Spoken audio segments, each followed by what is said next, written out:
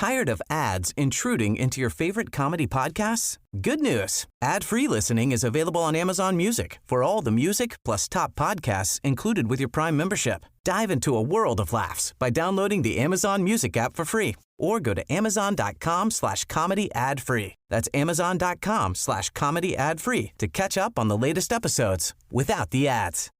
Millions of people have lost weight with personalized plans from Noom. Like Evan, who can't stand salads and still lost 50 pounds. Salads generally for most people are the easy button, right? For me, that wasn't an option. I never really was a salad guy. That's just not who I am. But Noom worked for me. Get your personalized plan today at Noom.com. Real Noom user compensated to provide their story. In 4 weeks, the typical Noom user can expect to lose 1 to 2 pounds per week. Individual results may vary.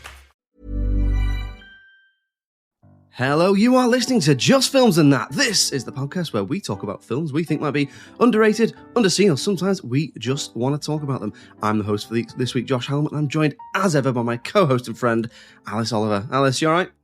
Am I? You all right? Yeah, I'm all right. Yeah, I'm all right. Well, you know, I'm excited though, don't you? Oh gosh, again. What have we said about this, Josh? While we're recording.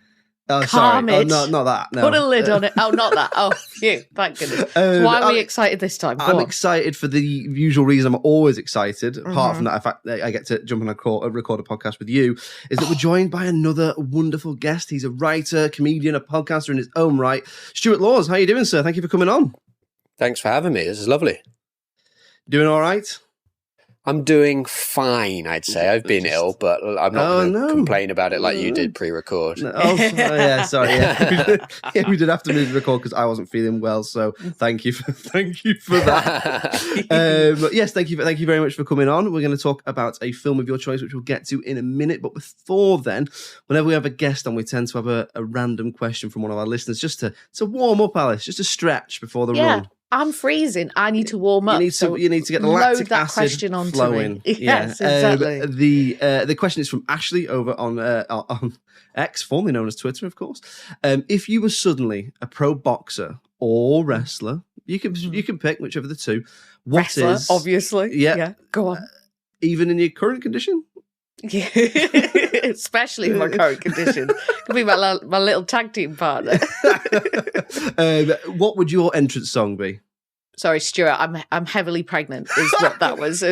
Yeah, I was trying to work out what it was. What the current condition could have been, just to she's handcuffed ease to your mind. Another person, and it's going to make a buddy comedy out of it.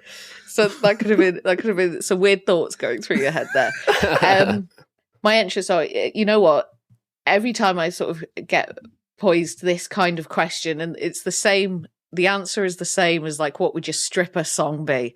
But it's Supermassive Black Hole by Muse, because it's just that intro, man. It's like, it's unmistakable, it's powerful, it's like 0 to 60 in a split second sort of thing. I wouldn't describe myself as a huge Muse fan. I like Muse, like they're clearly very good and very talented, and I don't mind listening to them. But that song just absolutely bangs, and I feel like that would, people would know that you'd arrived, I reckon. So yeah, I'd definitely go Supermassive Black Hole by Muse. What about you, Josh? What would yours be? I'm really intrigued to know actually what sort of thing you're going for. I don't know. I mean, part of me wants to go stupid and throw everyone off and just go for like Goodbye My Lover by James Blunt. Bring the mood right down. Bring it down. Let's get mellow as I walk out, and then everyone has a bit of a cry. And then maybe I could catch my opponent off guard. Okay. Yeah, you'd be like, did I disappoint you when I knocked you out? Yeah.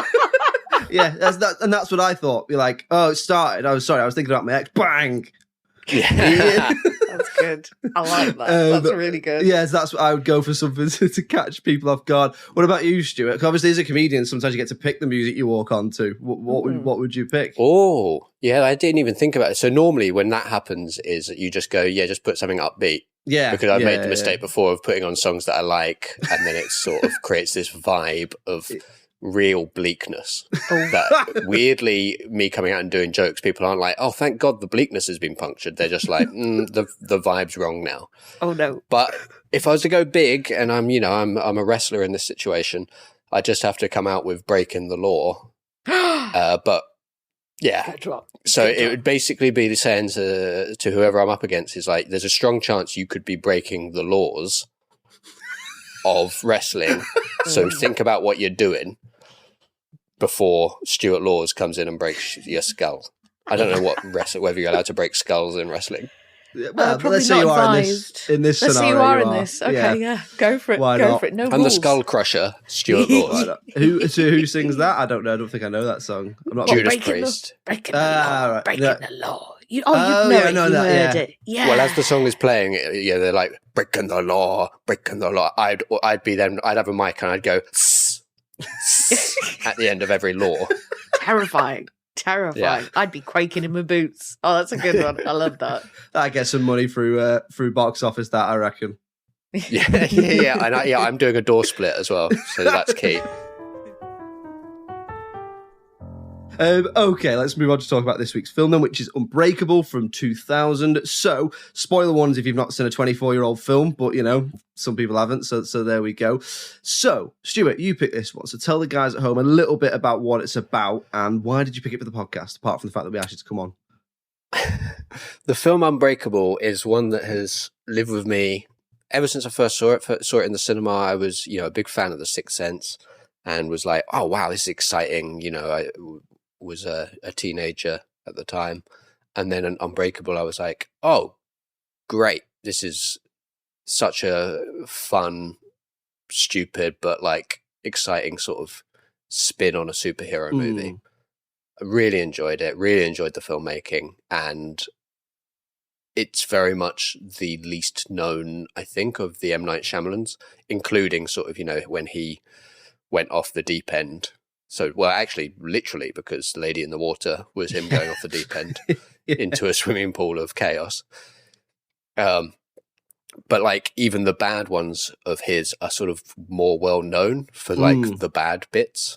And so Unbreakable seems to just be sat in that sweet spot of not being, I'd say, in the same way that The Prestige is for Christopher Nolan. Yeah, it sort of is just like, really it doesn't have that big pop that a lot of the other films have, so it goes unnoticed. Yeah, unnoticed. So would you say it's underseen then? I think it's underseen. Yeah, definitely. Yeah. Okay, yeah, no, it's interesting. I think that's a really good point about M. Night Shyamalan's filmography. It's sort of like, first of all, he became known as like a thriller horror guy. So then, obviously, The Sixth Sense was his big, massive hit, and then he went on to make this. But then after that, he made a few other things that like didn't really land, like you say, like Lady in the Water. Did you The Village as well? Was that him? Yeah, and Signs. So Signs was his like big budget one after, but then again, people sort of hated that for the ending. So they were like, he's a master at sort of PR and like promoting these films, and the trailers were always like the trailer for Unbreakable. I think is just so perfect, and it sort of ticks perfectly into my like sense of mystery. Like it goes, here's the mystery. There's a train crash where there is only one survivor and he's miraculously unharmed. And you're like, yeah, okay, I want to know what's going on here. That is absolutely and like the tone of it, it's like a single shot pushing in on Bruce Willis sat there. I'm like, this is the exact film I want to see. And Signs, I remember the trailers for it were so good. The Village, again, the trailers so good that, that's in a way he's too good at that when the film doesn't deliver, people get annoyed. Because this has been his direct follow-up to The Sixth Sense as well, wouldn't it? So the pressure must have been on here because he was sort of becoming known as the twist guy. Yes, exactly. And there's even there's a moment in it where and it's actually sort of my least favourite bit of the film when the mother of Elijah gifts then her teenage son a comic book and says to him, I hear this one has a twist ending. Yeah. And you're like, come on, Em. And they both look at the camera like, maybe that'll come back round. And it also even is like, the shot is like an aerial shot of the comic, and as he picks it up and spins it around, the camera spins around with it as well. So it's like the camera's twisting at the same time. It's just like, come on, you're getting high on your own supply here. Yeah. I think that's a really good point. Alice, then. So, had you seen this one before? So I had not seen it before, but I was aware of it, and I thought I was very much aware of the concept. Where, you know, I knew about the sort of the train crash element of it, that he was the sole survivor. I didn't quite realize that. So is it actually based on a comic book, or does it just take on right? So it's not. But I didn't realize how much of a sort of air quotes superhero film it was, and how it does sort of hit all those beats, and it is kind of more like that. I thought, I didn't know what I thought. I thought maybe it was just like, oh, just this random dude survived a train crash. We don't really know why, sort of thing. Hilarity ensues, or whatever it is. So no, hadn't seen it before. I reckon you probably had seen this before, Josh. Yeah, right? yeah. So I saw it. Back in the days of renting videos and DVDs, I think I rented it when I was about 12 or 13, and I think I pretty much was sold on, like you said, Stuart, the trailer. And this is at a time when superheroes weren't in the cinema 4 times a year. So as a little sort of comic booky nerd, being a bit like, oh my God, like a superhero, like he's got powers and stuff. Yeah, well, that's definitely going to be good. And then I got it, and I remember enjoying it. But I think I was probably a little young to fully grasp how good it actually was and how well made it was. And I think I was just very much just drawn in by superheroes. And there's quite a lot of films that I have watched when I was probably a little young, in terms of, not in terms of like, you know, being scared or anything like that, but more in terms of grasping the quality of the film, because Empire or Total Film said they were good. Yes, and I was 12 and going, well, obviously if they say it's good, it's not good. It's good even. So I think there's quite a few. Like I still need to go back to, definitely mentioned this before. Like I still need to go back to The Life Aquatic, the Wes Anderson film, because that got 5 stars. So I went in as a 13-year-old being like, it's going to be like Liar, this. It's going to be just proper comedy, and then not really obviously grasping the subtlety of it and you know, that style, because it's, you know, just being a little young. So had seen it before. I think that film would be better, Life Aquatic with Steve Zissou, if at the end Steve Zissou just goes, it was me. Because I genuinely think they let Steve Zissou get away with it in that film. They are in love with the character, and he's a bad man. And and I'm like, that's I don't like it, really, of all the Wes Andersons. I mean, I haven't not seen to distract. No, but I haven't seen it since then. Not because I've just never gone back to it. I don't mind Wes Anderson. He's not my favorite director. You know, he makes very, very well made films, stuff like that. Yeah. But when you see 5-star and the genre's comedy, and you're 13, your 13-year-old brain sort of going like, oh yeah, Dumb and Dumber. Yeah. Yeah, here we go. Something like, oh, there's going to be so many good knob jokes in this, and then it's like, a subtly made comedy about, like, you know, isolation or what, you know, whatever it's about. But no, anyway, Portuguese sort of Bowie covers. Yeah. But I had seen Unbreakable before, but not since then. So probably, you know, coming up for nearly 20 years. Yeah, so I was really excited when you picked it. I was really excited to go back to it then. So come back to you now then, Stuart, then. So what do you like about it then? What particularly drew you to it, apart from the trailer, obviously? So definitely when as a teenager, like the things that I really loved about films and TV were like mystery box sort of things. So things like Lost, like Twilight Zone, X-Files. That was like where it basically just says, here's a mystery. Now let's try and, you know, it's tantalizing mystery. Let's try and solve it. And so I didn't know anything going into the film when I watched it. So the superhero thing was such like a surprise element to it. And I think I watched it twice at the cinema, and then got it on, you know, special edition DVD. And then have watched it, I'd say, at least once every few years since then, which is, it's 24 years now. So I've definitely watched it over 10 times. Wow. So real rewatchability factor for you then. That's really interesting. Yeah, I'd say this is the longest I've not watched it for a while. I'd say it's probably like 5-6 years maybe since I've last watched it. I love the tone it creates. Like it has such like it hangs in the air, and this somberness to it that the sort of the David Dunn character has, of this sadness, this like longing to sort of be able to push beyond what has happened in his life, and like, you know, all of like the best intentions of how his life has ended up, you know, where it is. and feeling like there's no way out, and then suddenly sort of being able to confront a potential new reality for him, a new way forward. I think that tone sort of really weirdly struck with me even as a teenager. Like there was like I guess I was a sad teenager, as I guess 99% of them are.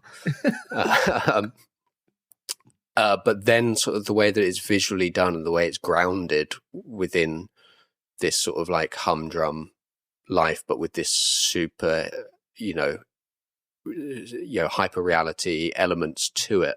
I think I was like, it was like I couldn't comprehend that was what you could do with storytelling, that you could ground something so fantastical within what is essentially a family drama about, a divorce, a breakup, and a couple trying to sort of navigate that.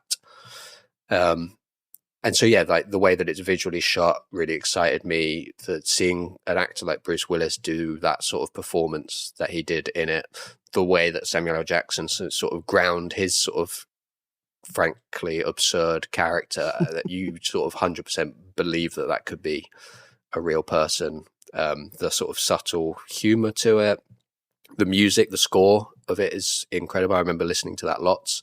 There's a track called The Orange Man, which is like one of the climactic fight scenes, which I really love. And then even just sort of like the genre adhering elements to it, sort of like the action scenes, the dents in the wall from the superhero thing, the framing shots of the poncho and the cape, the superhero cape, and even like the freeze frames at the end, which I know gets some derision, where it's like Elijah Price was committed to an asylum for the criminally insane, where I just am like, you're adhering to like the genre like classics, like what you should do, but it sort of makes it feel sort of quite absurd within the framing of a domestic drama, very humdrum, low key, and I just sort of love that sort of juxtaposition to it.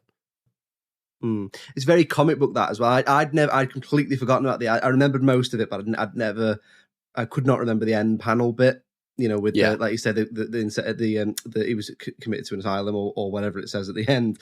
But that's quite comic book. Like when you read comic books, that's that they'll just be like, and then the Joker got arrested.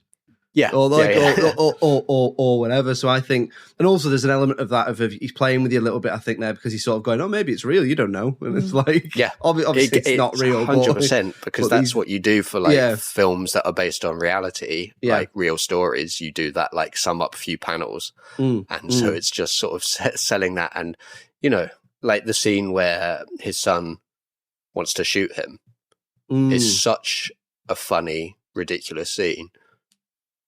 But it played so straight that but then by the end, when they settle and they all just sat on the floor separate from each other, this sort of like, the family further apart than ever, because the son is desperate for the dad that he wants, but that David Dunn isn't being, basically. Yeah, I mean, it's incredibly tense, that scene. I just want to go back to something you said earlier, because I'm really interested to know. So when you went to see this in the cinema, all you'd seen was the trailer, you didn't know anything about it? The glory days before the internet was really... That's what, because I think something's been lost a little bit in recent times. So I am a comic book film fan, and I've tried my best to mute everything to do with it, but I feel like I'm going to go into Deadpool 3 or Deadpool and Wolverine knowing everything. Yes. Do you know what I mean? You're already finding out like, they asked this person and they couldn't do it, which obviously if you know how films are made, you're going, well, who else have they asked then? Because that means they've probably done this and this and this. And before you know it, you're pulling on mad threads. And I do think something's probably been, not to sound like it was a better in the old days type of person, because I'm not, but I do think something has been lost with the sheer amount of content that needs to be generated, that you just constantly seeing stuff on the internet and stuff like that. Do you know what I mean? Yeah, and it was because there was only a few ways of being promoted these films, like the printed press, where you couldn't spoil a huge amount, or you could just just read the first paragraph, or whatever.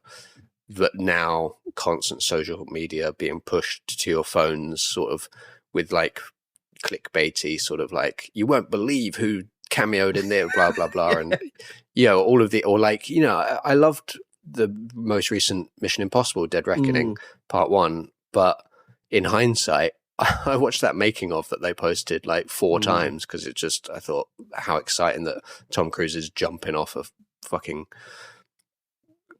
cliff with the motorbike and parachuting. But then that means that in the film, the whole scene is built up in a way that you don't know what he's going to do and where Benji's leading him. So then but you're like, when you know that, you just go, oh, he's going up he's going to do that bit that I've seen. The big stunt. It forecasts it a little bit for you, doesn't it? Yeah, and it's the same with like, I've always thought how amazing would it be to see Jurassic Park knowing nothing about the film. Where because it's made in a way that's supposed to be like, oh, what is this? This is odd. Slow creep, and then to be able to have the same moment that Alan Grant and Ellie Sattler have of seeing them for the first time would be incredible. Yeah, I've always thought the same thing about The Matrix. I'd love to have been there opening night in The Matrix and people be like, what is this? Yeah. And to be able to be like, drink it all in terms of that and anything. So I definitely think something's been lost in experience there. But anyway, Alice then. So you were the only one who hadn't seen this before then. So I think we'd be both desperate to know, what did you think? What did you like? What didn't you like? What did you reckon to it? I think that so many elements of this film are really excellent. And it was so much better. Not that I didn't think it was going to be good or anything, but I think I got so much more out of it than I was expecting to.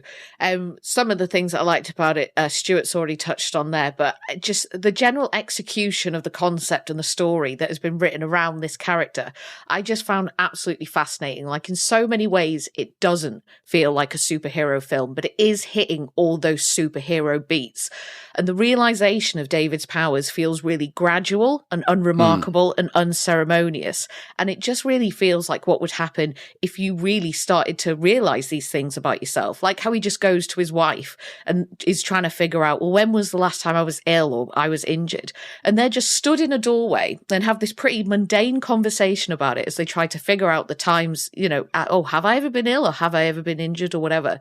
And it all just feels so normal and so natural.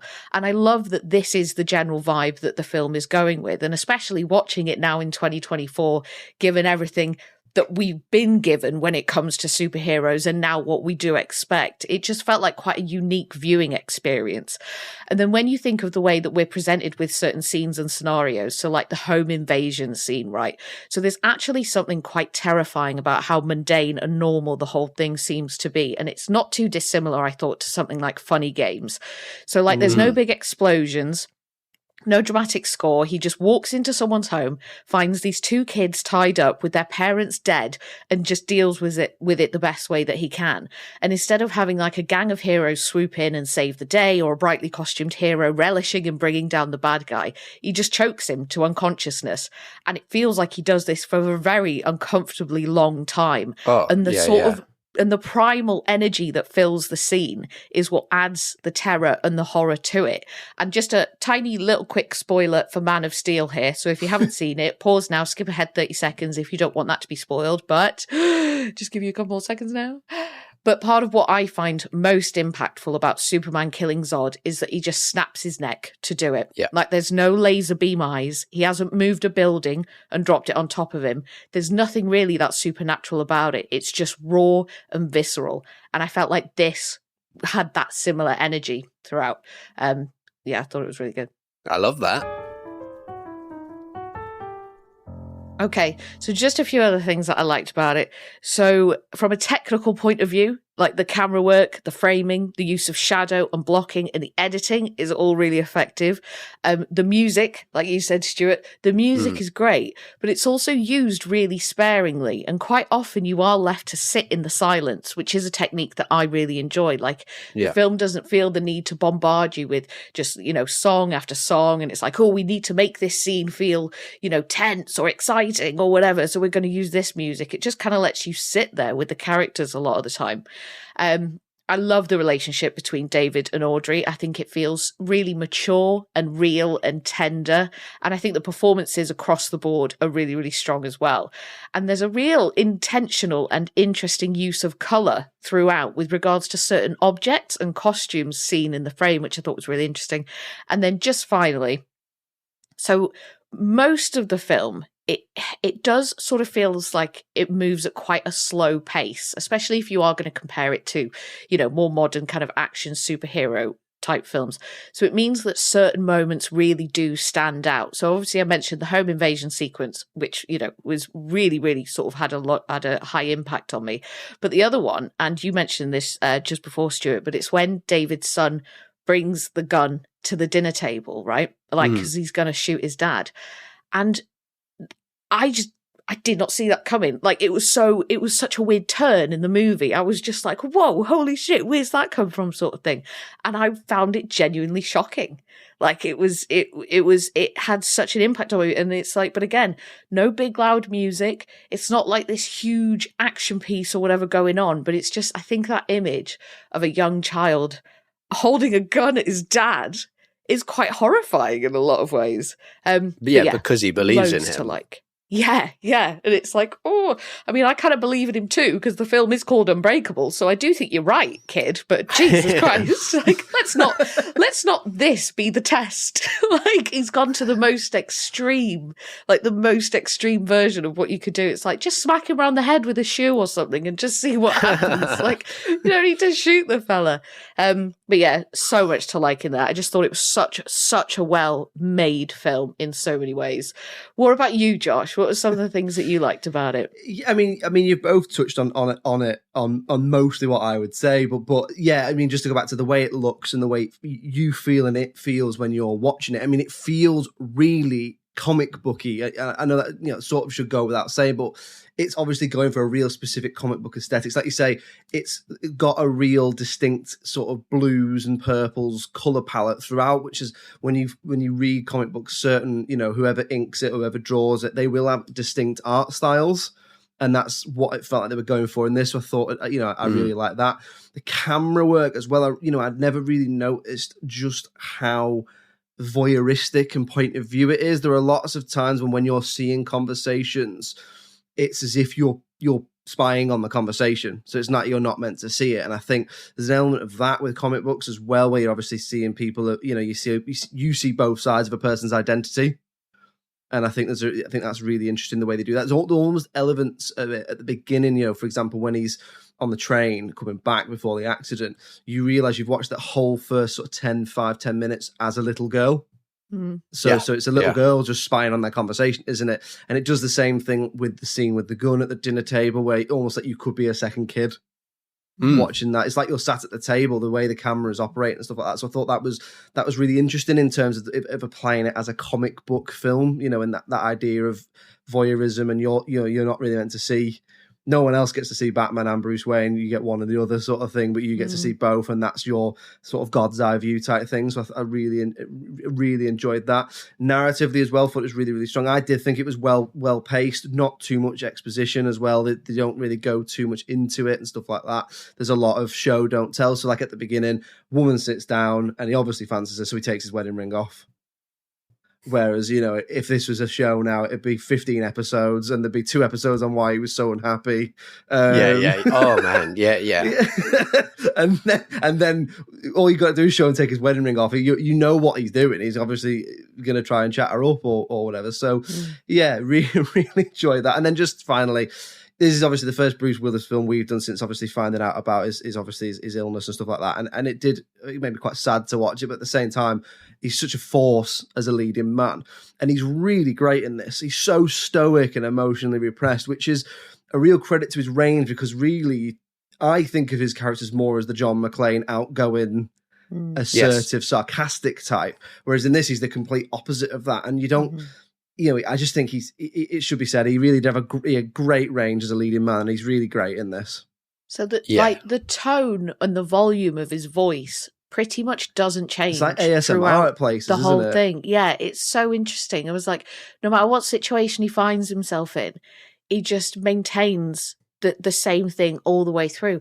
And I bet that is really challenging in its own way, because obviously when there's certain things happening around you, especially, more dramatic things or dangerous things, like when he's being the security guard and he sort of senses that the guy has a gun and all that sort of thing, your sort of natural instinct as an actor might be to react to that in a certain way. And every time he's just like, he stays down here. He's like, oh yeah, that guy's got a gun. He's like, oh, my son tried to shoot me. Like, it's all on one level. And it's just so fascinating that that's how he played it, or that's how he was directed to play it. And again, totally flying in the face of the sort of the superhero type thing that you was like, don't worry, everybody, I'm here to save the day and all that sort of thing. Like, he's just not that at all, which is why it's so interesting as a superhero film. It's just so different from like any other superhero film I've seen.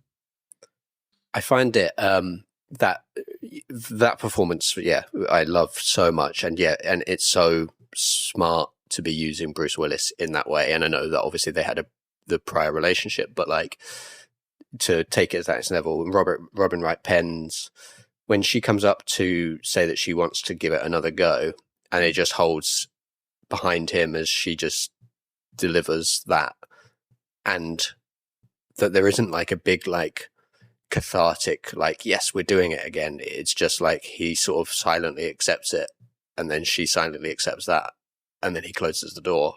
And you're like, this is just, I hadn't seen like that sort of stuff done in like a film that is essentially supposed to be a big blockbuster, but these sort of mature relationships being explored in that way. I thought it's fantastic, and both of them are so good in that moment. And I think it did change superhero movies after that, and it sort of introduced those elements that probably, I'm not saying that Nolan was like directly influenced by it or sort of thing, but like, that seems like it paved the way where Nolan's Batman was like, could be seen as commercially viable in the aftermath of that film doing as, it didn't do as big as Sixth Sense, but it did very well for what would have been a mid-budget film, without any massive special effects, no huge action scenes or anything like that. Okay, so we'll move on to talking about the things that we didn't like about Unbreakable, or anything we might change about Unbreakable. I'll come to you first, Alice, then, because this is, again, first time watch. Is there anything that you would change about Unbreakable, or make longer? Not make longer, sorry, or make different. Would you make it longer? Yeah. The whole thing, longer. Yeah. Another hour of Unbreakable, please. So there are two things. So one of them is something that I really didn't like and would just get rid of completely. And the other thing is something that didn't really bother me, but I could certainly see how it wouldn't fly with some people. So the biggest offender for me in this is the amount of cross dissolves and fades to black, right? So this is just my personal preference, but I'm really not into these sort of transitions. Like, the amount of wipes that we get in something like Star Wars is laughable to me and really affects my immersion of the film. And I always associate it with the editor or the director being uncertain about how we move from one scene to the next. So I just found them unnecessary for the most part, and they kind of made me laugh, but for all the wrong reasons. And there was quite a few of them in there. So that was the main thing for me. So real small potatoes. Like, it's not going to ruin the enjoyment of the film for me, but when I see it, I'm like, oh God. And the other thing is that I do feel like the pace in this is quite slow. Like, it's a bit of a slow burn, and some of the scenes go on for a bit longer than you might think they should, and some of the shots even linger for a longer time than you would expect them to. But for me personally, so I don't mind this, because I think you can really see the intent behind it, and everything is so on purpose. Like, nothing feels like it's been done by accident or that it hasn't been thought about properly. But I do wonder if for some people it is just a little bit too slow moving. And like I said earlier about being allowed to sit in the silence with the characters, I'm not sure if this is something that mainstream audiences are looking for or are getting that much enjoyment out of. Obviously, I'm not sure, but say if someone said they watched this but at times felt bored, I would understand where they're coming from, but I didn't feel that way. But that's just something I observed. Do you think you would have felt that way if you'd have watched it when it came out? Definitely. So when did this come out? 2000. So I would have been like 11. So yeah, I don't. Too young, probably. Yeah, I think. I do think, and like you said, Josh, when you watched it when you were quite young, you didn't quite grasp. I think because so much of the quality of it comes from quite sophisticated areas without trying to sound too pretentious or whatever. I think you're right. Like, That's a fair point. It's a lot of the technical elements, a lot of the decisions that have been made around it. That's what make it impressive. It's not the big flashiness of it. It's not the explosions and the huge action sequences and all this. It's all the subtle things about it that make it good. And I don't think you can really fully appreciate that or most kids probably wouldn't be able to appreciate that. But I also think there's a certain element of maybe not quite appreciating it unless you have quite a broad spectrum of film watching experience. Like, I think the more films you've seen, the more fascinating this is because of the ways in which it is different, if that makes sense. I also think that's funny to be, you know, like normally, like if you're like watching a video with someone or whatever, and like, you know, someone does an amazing skateboard trick or there's a cool stunt and you're like, oh, did you watch that? Like you spot they're looking at their phone or whatever. This would be like, you'd be like, hey, whoa, roll it back. Look at that pause there before Audrey responds. Yeah. Look at that. That's incredible. No, I think that's a fair point. So what you're basically saying there, Alice, is Stuart was a really clever teenager. Clearly, Yeah. clearly, to be able to appreciate and grasp the quality of it and enjoy it for truly just for what it is. Definitely. Also, this is late stage. All right, I'll offer my dislike first, and then I'll offer another thing that I like. I'd say the only thing that I dislike, I wondered whether or not I would like it less because it'd been a bit of a gap. You know, I'm an older person now. Maybe I'll look back and be like, what a silly idiot, getting so obsessed with that. The only thing I'd say that detracted from it for me was that I was quite aware that my partner was not enjoying it. Ah, right, okay. Oh no. Or like was not, you know, was finding it sillier or, you know, finding it not in the same way I was, which is fine. But I was like, that's a shame. Oh, that is difficult. That is difficult. How could you tell? What were the signs? You know, you just get that. You get the vibe, questions about certain bits. Mm-hmm. The reaction to the gun scene was very different. I was like, okay, it's not going over in the way that it's going over with me. Oh no, that's so disappointing. I totally get that. Because you get excited about something and you're like, oh my God, I can't wait for you to watch this. It's amazing. I loved this when I was a kid and it's still amazing now. And just like blank. It's like, oh God. Sometimes it's just the moment that it hits you, isn't it? Yes. Yeah. What's the next thing you said you were going to like then, Stuart? So I guess for me, I was diagnosed as autistic last year, and there is an element of autism which is to do with like low affective reactivity, which is where you sort of don't seem to display much. You speak in a monotone. You know, restrict certain sort of like things about yourself, and that there's a thing called masking where you obscure, hide those elements of you from the world that are autistic because you know that the world doesn't want to have those things. And so I didn't know that that's what I was doing, didn't know that that was the case. And, you know, there are elements of this which does marry up with an autistic experience. I'm not saying that that is what the filmmaker was intending in any way, but there are elements of that. And obviously you can't get too close to the whole like autism as a superpower because it's not. But like that cliche. Yeah. The accountant and all that sort of stuff. Yeah. That's which I love, one, isn't it? but like it's still. But yeah, there are elements to it where I'm like, maybe that was me as a teenager being like, what is this thing that I don't? There's something about me. I think that's I don't know what it is. Really interesting point. I think I have a very close family member who's the same, and I'd be interested to know if they thought the same thing. If they watched the film, I'd never really thought of it that way because I wonder if I think there might be more to that. You know, based on what you've said there. It's the first time watching it with that knowledge and being like, and I did go into it wondering whether things like that would reflect back from it. And then watching it, I was like, yep, yes, there it is. There's that scene, there's that. It might even not necessarily be intentional by the filmmakers. It could just be there is an element of comic books which is about, if you look at like things like X-Men, it's all about just being different. So you can take that as a metaphor for whatever you want. Whether X-Men's very much rooted in civil rights and stuff like that, and gay rights and stuff like that. But it's just the whole being different things. It's the sort of same in that sense, isn't it? So I think that's a really good point. Okay, so we'll move on to talking about the critical reception. Then we'll decide if it is underseen, underrated, both, neither. We'll see. So, Alice, how do you think it did ratings-wise and box office-wise?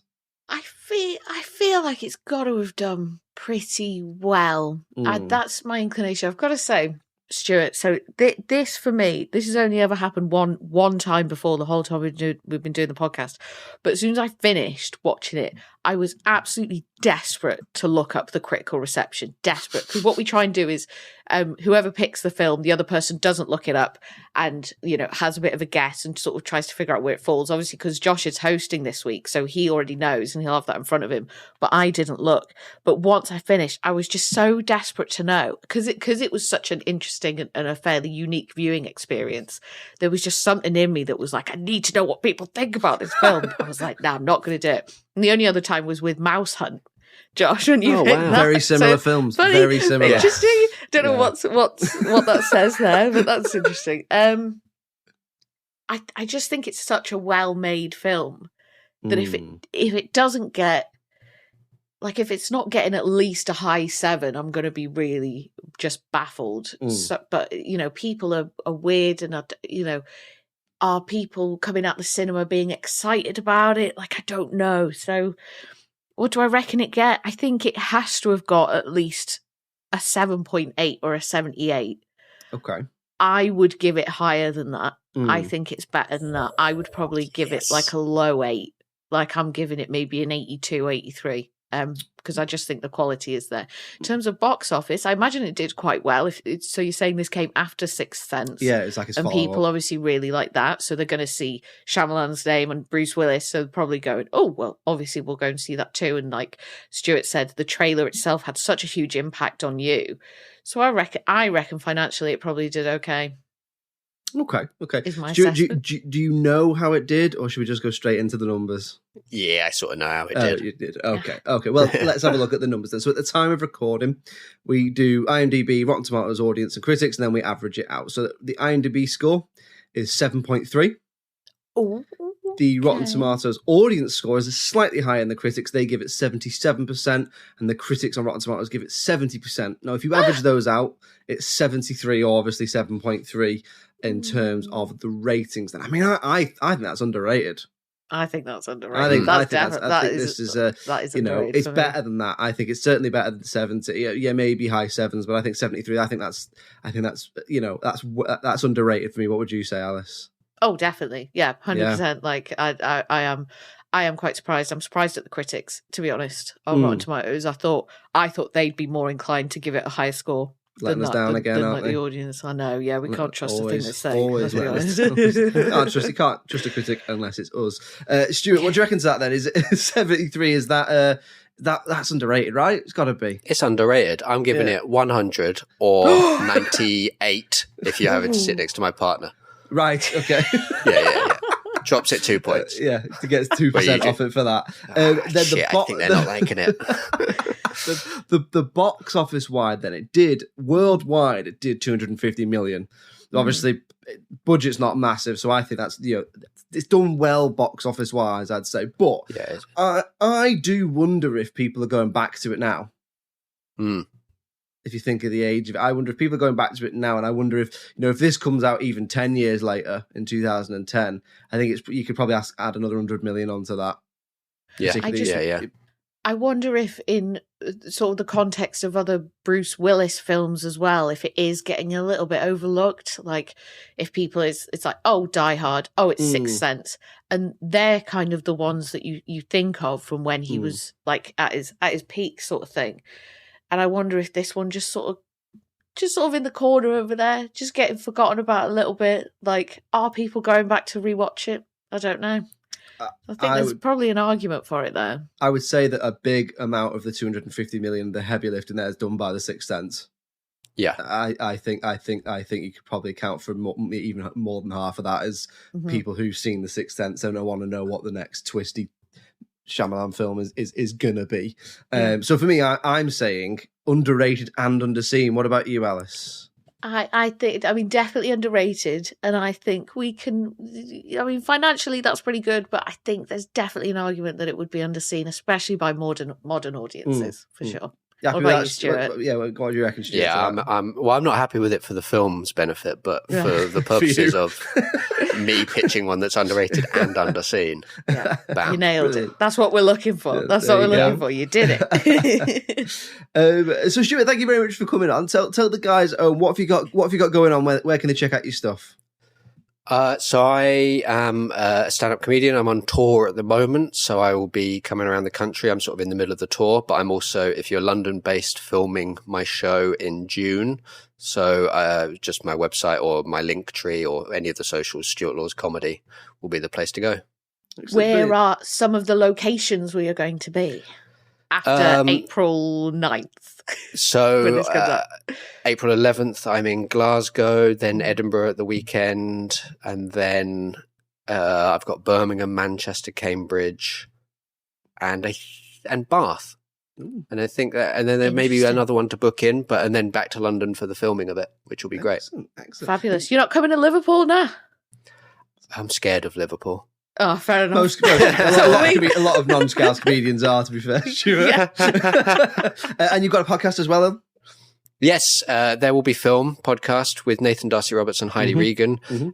We basically have a comedian guest, and we just, it's basically film chat with a couple of sort of loosely themed rounds, sort of mucking about, fill in the blanks on sort of, film trivia, and then pitching sequels to films that don't need sequels. Like Unbreakable, maybe? Well, actually, I'm going to pitch that. It's actually got 2 sequels. We're not going to mention them. But yeah. And obviously that'll be available wherever you get your podcasts, I'm assuming. Yeah. Brilliant. We'll put links to all Stuart's stuff into the episode description, so click below and make sure you go see Stuart's show, check out his podcast. Thanks very much for coming on. It's been an absolute pleasure. Stuart Laws, thank you. Thank you. There we go then, another guest episode in the bag. Unbreakable, sliding on into the underrated, underseen vault. If you like your comic book films, then go and watch what they look like before shared universes and something a little bit different, Alice? It is a little bit different. It's quite a unique viewing experience. I do want to thank Stuart for bringing that to us, because I may not have seen it otherwise. No. And thank you, of course, for Stuart for coming on. Again, as I said when he was talking about it, make sure you check out all the stuff. I'll put links in the episodes, and I'll put some stuff out on social media when this comes out. We'll be back next week with another episode. If you'd like to get in touch with us in the meantime, it's filmsandthatpod@gmail.com, or we're on all the social medias. If you search for Just Films and That on Facebook, Twitter, /X, Instagram, TikTok, YouTube, we're on there.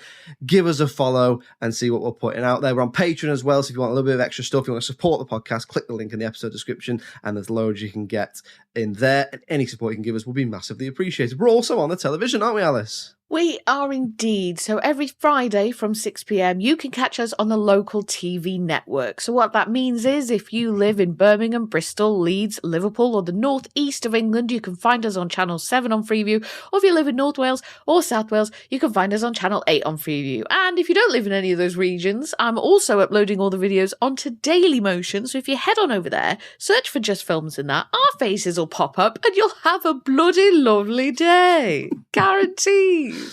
Indeed. We will see you next week. Thank you very much for listening. It's goodbye from me. Cheerio. Bye.